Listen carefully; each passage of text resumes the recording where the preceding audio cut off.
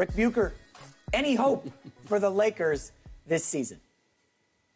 Yeah, there's plenty of hope. I mean, they are, they're still they're in ninth place. They're still in the play-in tournament. They still have a shot at the postseason. And so, yes, absolutely, there's hope. What did we say from the beginning of the year? Outside of the delusional Lakers fans who thought that they were just going to run away with the West and they were going to have the best record in the league and they were going to sweep everybody in the playoffs, most people looked at this team coming in and saying they're not going to have home court advantage, but they'll be battling for the 6th seed, which is a guarantee of being in the playoffs. And they might fall short of that, but they'll be the 7th or the 8th. So they've fallen a little farther than we expected. They're in the 9th spot. And then again, I think hopes were that Anthony Davis was going to play more than half the season. That doesn't look very likely at this point.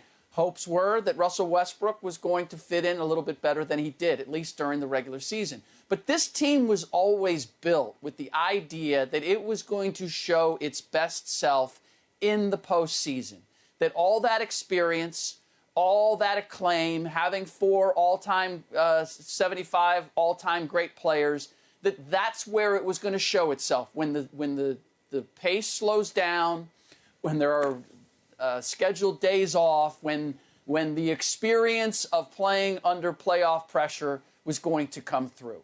And as I look at the Western Conference, and I look at the Phoenix Suns without Chris Paul, and I look at this Warriors team that lost to this very same Dallas Mavericks team after having a 19-point fourth quarter, and what they look like without Draymond Green and Andre Iguodala and Klay Thompson, they're still, look, it's a keyhole. Everything has to happen just right.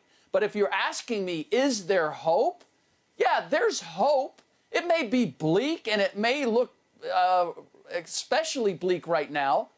But the fact of the matter is, all they have to do is get to the postseason. And I've said it before. I look at the teams that they're up against in the play-in tournament. The Minnesota Timberwolves, very young Minnesota Timberwolves team. New Orleans Pelicans team without Zion Williamson that is still just coming together. The Clippers, potentially without Kawhi Leonard or Paul George. The Lakers should be able to win or beat one of those teams. And if they do, they're in. And then they're potentially in against a compromised team in the first round. So, yes, there's hope. And by the way, with the Phoenix Suns ailing without Chris Paul, and with the Golden State Warriors not having a number of their championship caliber players, it opens the door for the Memphis Grizzlies to move up and potentially take one of those top spots, or even the Utah Jazz. And I like the Lakers' chances against those two teams as well. It's a puncher's chance. But if you're asking me if there's hope, yes, absolutely, there's hope. Do you want this, J-Mac? No, I want you to go because I'm shocked that Rick has hope for the Lakers. There was all he's done is just taking shots at them all weekend. There was such an awkward pause after Ric Bucher's his reasoning. Shocked. I think there's sound logic. Here's what I'll say. LeBron said you got to bury him 12 feet. You know, that's an extra credit burial, right? Because it's usually only 6. You doubled down and said, go another 6 and burying me. That's pretty deep. And that's LeBron James. That's a GOAT. And so to me, I never want to underestimate the words of somebody who believes. He still believes. Now, granted, he did say keep the same energy when you said we're going to be too old, and everybody's making jokes about that. But I think you got to define what hope is. Is there any hope that they can make it into the play-in? Yes. Is there any hope that they can make it out of the play-in and get into the playoffs? Yes. Yes. Is the Western Conference a winnable conference right now based off of all of the elements that you said and then some? Yes. Is it winnable for the Lakers? No. So now you have to make the assessment of what is hope? Is the hope that you don't miss the playoffs? What are you hoping? Right? If we're answering the question, hope for their season. If the win of this season, if the hope is that you can stay in pole position to get into the playoffs, there's hope. If there's actually hope that you can make it out of the play-in into the regular playoffs, there's hope. Can they win the Western Conference to get to the finals? Can they get to the Western Conference finals? I'm going to say no. I'm definitively, unequivocally, raw and uncut. Hell Is to the Anthony no. Davis breathing? Let me just ask that. Is he breathing and running up and down the court? He's not running up and down the court. I believe the last we checked, he is breathing. Yeah, right now he looks like an extra from the movie Juice. All right, I want to say, not to go with a movie tangent here, but I know you guys have all seen Star Wars. You know, my dad's favorite movie, one of my favorite movies. And Luke Skywalker and company, they're trying to take down the Death Star. And they're fighting a losing battle. They're taking L's left and right. And it's like, oh, man, do we have a chance here? Darth Vader's going to rule the universe. And out of nowhere comes Han Solo and the Millennium Falcon. And he starts taking out the bad guys, and here come the good guys. And that's what we're waiting for with Anthony Davis. We're just trying to hold down the fort. And I was at Staples last night. Shout out to the Laker fans who came up to me. Why are you laughing at a Star Wars analogy? Those are money. Funny. And shout out to the Lakers fans who came up to me at Staples last night. You know, big ups to you guys. Thanks for watching. I will say this, though. They do not like Russell Westbrook at all. And Frank Vogel needs to fix this, because if you want hope for the Lakers season, you must make Westbrook the sixth man. I don't know how much longer I could say this, Frank. Move into the sixth-man role. He is unplayable with LeBron. Like, LeBron is frustrated. Look at the body language. LeBron, by the way, is exhausted. I mentioned earlier, LaVar, 4th in the league in minutes per game. He played 38 last night. There's a meme going around where LeBron comes off the court during the comeback, and he just, like, plops down on the sofa, kind of like me after I mow the yard back when we lived in Pennsylvania. I'm just exhausted. I have no energy left. And LeBron is just like, I can't carry this team any further. I can't have Malik Monk missing layups. Kent Bazemore. Yeah, Kent Bazemore. They dusted him off and put him on the court. Can't have him playing major minutes. Rick, we need Anthony Davis to come back for the Lakers. The league needs Anthony Davis. And you said, yes, there's hope. I'm going to have to agree with Ric Bucher. We're 2 for 2, guys. You get Anthony Davis on the court. Y'all got to lower y'all expectations. There are no expectations unless Anthony Davis is healthy. If he's healthy, y'all got to lower the expectations of AD. AD has not given anybody the reason to maintain these high expectations. Well, again, you know, when he's on the court and healthy, he's utterly dominant and a great defensive player and a top 10 guy in the league, despite what Ric Bucher says. One final note, Rick, about Luka Doncic and the Mavs. I have been hyping him on the show for 2 days, LaVar. I know you're watching. Yep. I'm telling you, this isn't going to be popular, but Luka Doncic remains the best player in the league. He got Tim Hardaway paid. He got Dorian Finney-Smith paid. What else are you going to say? He's getting Jalen Brunson big money. That guy makes everybody better. I think Lillard has something to say about that. Hold on. As much as Luka Doncic carried them last night, I'm watching Luka closely. He's calling for the pick and roll. Give me Carmelo Anthony. Dusts him left and right. Carmelo has to go to the bench. He calls for LeBron on the pick and roll, and we don't see this. Luka said, bring me LeBron. And he roasts LeBron and hits his fadeaway, turns to the crowd and gave one of this, is this your king? Wow. He gave the crowd that look with the hands out. And LeBron, like, what can he do? Rick, we cannot bash LeBron. He's a superstar. He's carrying this team on his back the way I'm carrying this show for the last 2 days. And LeBron's exhausted. And he needs Anthony Davis. Bring it back, Rick. And it's game on. You're exhausted, J-Mac? It's game on. You're carrying this load, J-Mac. It's a heavy load. It's funny, right? The Lakers are a 500 team when Anthony Davis plays this year. What's the sample size on that? 20 games? That's a fact. They're 500. Gotta level up. When Anthony Davis plays. That's not a dominant player. That's not a game-changing player. And LaVar, just so you understand, when I set the bar at the beginning of the year that the Lakers were a second-round team. That's why I still say there is hope. There's hope that for they could be a second-round team. I've never had greater expectations than that. I see a window in which they could go to that. But let's be clear also on, first of all, Giannis Antetokounmpo is the best all-around player in the league. Luka Doncic demonstrated last night that he could stop LeBron James. That ain't that hard to do at this point. Yeah. This came down to the final 6 minutes, and LeBron James scored a meaningless layup in the final seconds. He was outscored 7-2. You're right, J-Mac. Luka Doncic wanted LeBron James guarding him in the final minutes of this game, and he put on a clinic on how you close out a game and you take somebody down. That is a concern. Now, whether it's because he's playing so many minutes or whether LeBron James simply can't get it done anymore, That's a segment and a subject for another day. Where's his help? I mean, listen, Frank Vogel waited 30 minutes to run a double at Luka. Meanwhile, if you watch go look on YouTube, Rick, go watch the game. LeBron, anytime he got on the block, was double teamed.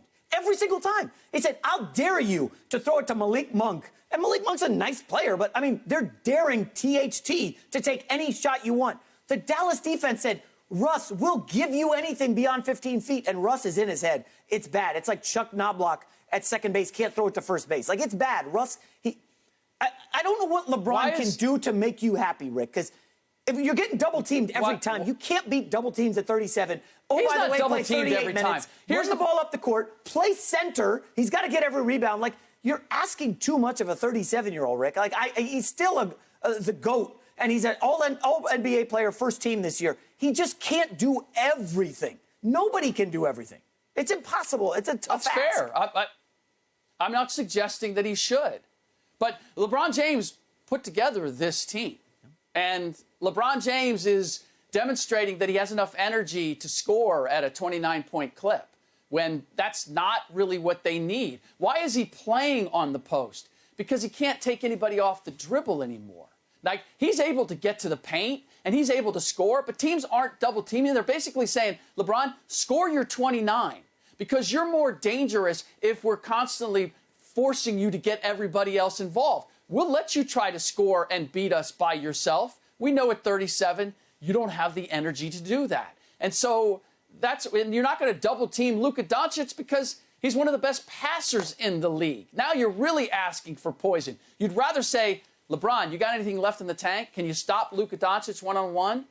And that was where the game was decided. And Luka said, no, I want. And by the way, this is what I loved about the TNT crew. Like the Dwayne Wade and Jamal Crawford. And they played it as, you know what? Luka was really smart.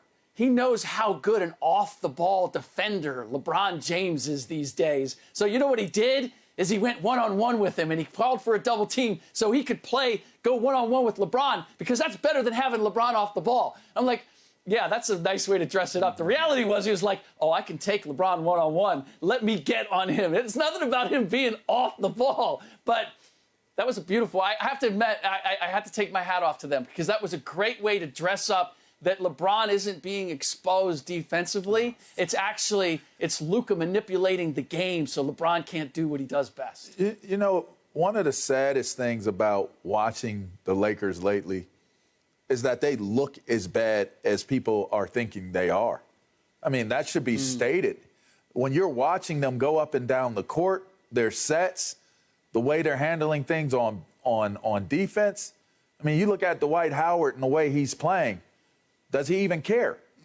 You know, you're looking at the way guys are moving. It's like, who's he? They got to get a close-up on the guy for you to even know who he is. When a dude is a dude, you can see the dude's silhouette. You'd be like, oh, that's LBJ. Oh, you know, the old school, you know, Ariza, it's like, oh, there's Ariza.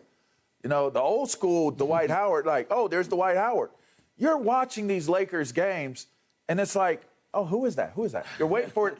Oh, he got fouled. Okay, oh, wow. That's who that was?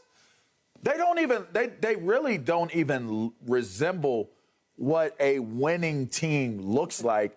And that's the sad part about it because I played for a team that we didn't resemble what a winning team looked like. And I can recall being in those interviews like LeBron, you got to kill me. You're going to have to carry me up out of here. We're going to go get this bad boy. We're going to make this happen. You can't ever count it. You could count us out. No. You could count us out. You know what I mean? And that's kind of, you hate to see someone of the greatness of LeBron James having to justify where this team is currently. And I also think that there's something to be said about this whole back and forth between, oh, this is LeBron's team, this is LeBron's team. Well, he brought some of the best players, collection of players together. And at the end of the day, these guys should be playing in a way where their hair is on fire. Because right now, they're not only letting themselves down, and they're letting down the fans, they're letting down the guy who gave them an opportunity. Some of these guys should be out of the league. Dwight Howard could easily be sitting at home.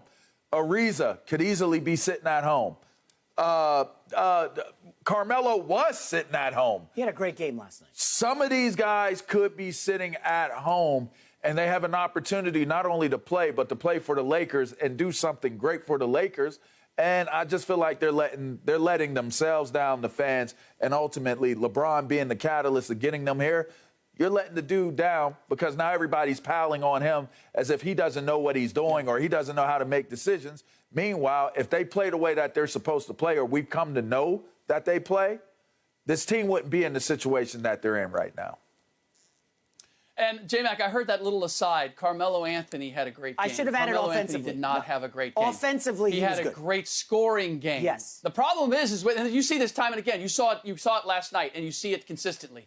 Lakers get a bucket. Carmelo Anthony gets a bucket. They make a play. Russell Westbrook gets a bucket, and they immediately give up a layup at the other end. That is what happens when you have an older team. Yeah. I'm also going to push back, J-Mac, on you like heaping everything on Russell Westbrook. We talk about guys caring, playing hard. The one guy that I see consistently doing that is Russell Westbrook. If he gets the ball, he's pushing the tempo. Now, his confidence has been destroyed. He doesn't know how to fit in with this team. He's afraid to take a three-pointer or a mid-range shot, and I don't know what the solution is for that. But in terms of a guy who still cares, who's still trying to play hard to the best of his ability, I'm going to give Russell Westbrook credit for at least doing that. It may not be efficient, it may not be effective, but the fact is, if I'm looking at anybody on that team who is still playing like he still believes and he still cares, that he still has some hope, it's Russell Westbrook. All right, to address LaVar real quick, 30 starting lineups, LaVar, in 61 games for the... Thank you for watching. You can subscribe here to get the latest from the show, and be sure to check out more of the best clips from Undisputed, or go watch a few other segments from our other shows on FS1.